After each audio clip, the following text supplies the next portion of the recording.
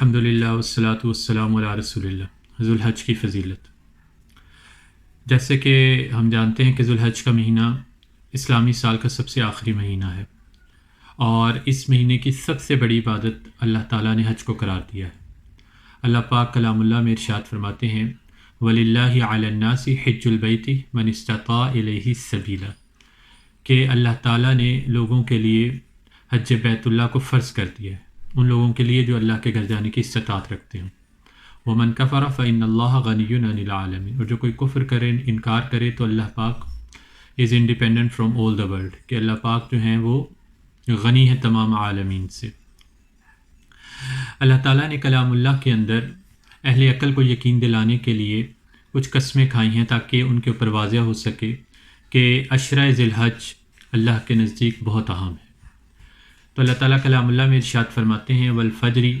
ولیال عشر، قسم ہے فجر کی، یعنی کہ یہ فجر جو ہے وہ 10ویں ذی الحج کی، جس دن ہم عید کو سیلیبریٹ کرتے ہیں، ولیال عشر، اور یہ یکم ذی الحج سے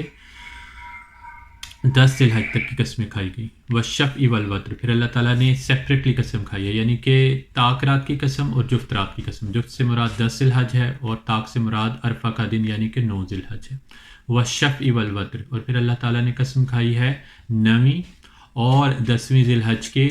درمیانی رات کی، یعنی کہ جو حاجی مزدلفہ میں گزارتے ہیں۔ ان قسموں کو کھانے کے بعد اللہ تعالیٰ نے فرمایا حل فی ذالک قسم لذی حجر، یعنی کہ جو اہل عقل ہیں اللہ تعالیٰ نے یہ قسمیں ان کو یقین دلانے کے لیے کھائی ہیں کہ اللہ کے نزدیک ان دنوں کی بہت اہمیت ہے۔ جیسے کہ رسول اللہ صلی اللہ علیہ وآلہ وسلم کی ایک حدیث بھی ہے جس میں اللہ کے نبی ارشاد فرماتے ہیں کہ no days are more dear to Allah subhanahu wa ta'ala than the first 10 days of Dhul-Hajj، یعنی کہ اللہ کے نزدیک پورے سال میں کوئی بھی دن اتنے افضل نہیں ہے جتنے کہ یکم ذی الحج سے 10 ذی الحج تک کے لیے، فار پرفارمنگ گڈ ڈیڈز، اچھے اعمال کرنے کے لیے رمضان کے علاوہ۔ تو اللہ کے نبی کے صحابہ نے پوچھا کہ اللہ کے راستے میں جہاد بھی اتنا افضل نہیں ہے؟ تو آپ صلی اللہ علیہ وآلہ وسلم نے فرمایا کہ ہاں، جہاد بھی افضل نہیں ہے جتنا کہ اللہ کے نزدیک ان 10 دنوں میں مختلف نیک اعمال کرنا، ماں سوائے اس شخص کے کہ جو اللہ کے راستے میں نکلا ہو اور وہ اپنی جان اور مال دونوں ہی اللہ کے راستے میں کھپا دے۔ تو یہاں سے ان دنوں کی افضلیت کا اندازہ ہوتا ہے۔ اللہ کے رسول صلی اللہ علیہ وآلہ وسلم کی زوجہ حضرت حفصہ بیان فرماتی ہیں کہ اللہ کے نبی نے اپنی زندگی میں کبھی بھی 4 چیزوں کو مس نہیں کیا۔ ایک ان کا معمول تھا کہ انہوں نے کبھی بھی فجر کے 2 سنت نہیں چھوڑے۔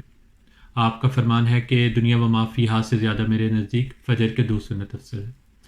اور اس کے بعد آپ کا معمول تھا ہر مہینے میں آپ 3 روزے رکھا کرتے تھے۔ پھر عاشورہ کا روزہ آپ نے کبھی مس نہیں کیا، اور ذی الحج کے مہینے میں یکم ذی الحج سے لے کر 9 ذی الحج تک، اور خصوصی طور پر تلقین فرمائی کہ 9ویں ذی الحج کا روزہ تو ہر مسلمان کو رکھنا چاہیے۔ تو ہم ان 10 دنوں کے اندر یا جو فضیلت والے دن اللہ پاک نے کلام اللہ میں اور حدیث میں بیان ہے، ہم کیا کر سکتے ہیں کہ ہم بھی ان دنوں میں یکم ذی الحج سے لے کے 9 ذی الحج تک ہم روزے رکھ سکتے ہیں، اور اگر ہمارے اندر اتنی استطاعت نہیں ہے کہ ہم روزے رکھیں تو کم از کم 9ویں ذی الحج کا روزہ ہمیں ضرور رکھنا چاہیے، عرفے کے دن کا، اگر ہم حج میں نہیں گئے۔ یہ صرف روزہ ان لوگوں کے لیے جو حج میں نہیں جاتے۔ پھر اس کے بعد ہم اللہ کی عبادات میں ان 10 دنوں کے اندر کثرت کر سکتے ہیں، جیسے کہ اگر ہم باجماعت نماز ادا کرنے والے ہیں تو ہمیں چاہیے کہ ان دنوں میں معمول بنائیں کہ ہم تہجد کی نماز پڑھیں، یا ایکسٹرا نوافل پڑھیں، یا ایکسٹرا اذکار ہم کر سکتے ہیں۔ اس کے علاوہ ہم استغفار کثرت سے کر سکتے ہیں، ہم دعائیں کثرت سے مانگ سکتے ہیں۔ ان دنوں کے اندر کلام اللہ کو سمجھ کے پڑھنے پر ہم زیادہ سے زیادہ اپنا وقت صرف کر سکتے ہیں۔ اس کے علاوہ قربانی جو ہے حج کے بعد دوسری بڑی عبادت ہے، ہمیں چاہیے کہ ہم 10-11 ذی الحج کو اگر ہمیں اللہ تعالیٰ نے استطاعت دی ہے تو ہمیں قربانی کرنی چاہیے۔ اور پھر آپ صلی اللہ علیہ وآلہ وسلم کا ارشاد ہے کہ اگر آپ قربانی کرنے کی نیت رکھتے ہیں تو آپ کو جب آپ ذی الحج کا چاند دیکھ لیں تو آپ کو اپنے جسم کا کوئی بال یا ناخن وغیرہ نہیں کاٹنے چاہیے، تاکہ ہماری بھی ریزیمبلنس حاجیوں کے ساتھ ہو سکے۔ اس کے علاوہ ہم یہ کر سکتے ہیں کہ ہم یکم ذی الحج سے لے کے 9 ذی الحج تک یا 13 ذی الحج تک ہم ہر روز بھی اگر 1 پاؤنڈ بھی چیریٹی کریں تو اس کا ریوارڈ باقی دنوں کے مقابلے میں بہت زیادہ ہے اللہ کے نزدیک۔ اور اس کے علاوہ ہم اگر چاہیں تو اگر ہماری کسی سے ناراضگی ہے تو ہمیں اللہ کے لیے ان دنوں میں اس کو معاف کر دینا چاہیے تاکہ اللہ ہم سے راضی ہو۔ اس کے علاوہ ہم اور اپنے ارد گرد دیکھ سکتے ہیں کہ ہم کون سا کسی کو کوئی نفع دینے والا کام ان دنوں میں کر کے اللہ تعالیٰ کو راضی کر سکتے ہیں۔ تو اللہ تعالیٰ ہمیں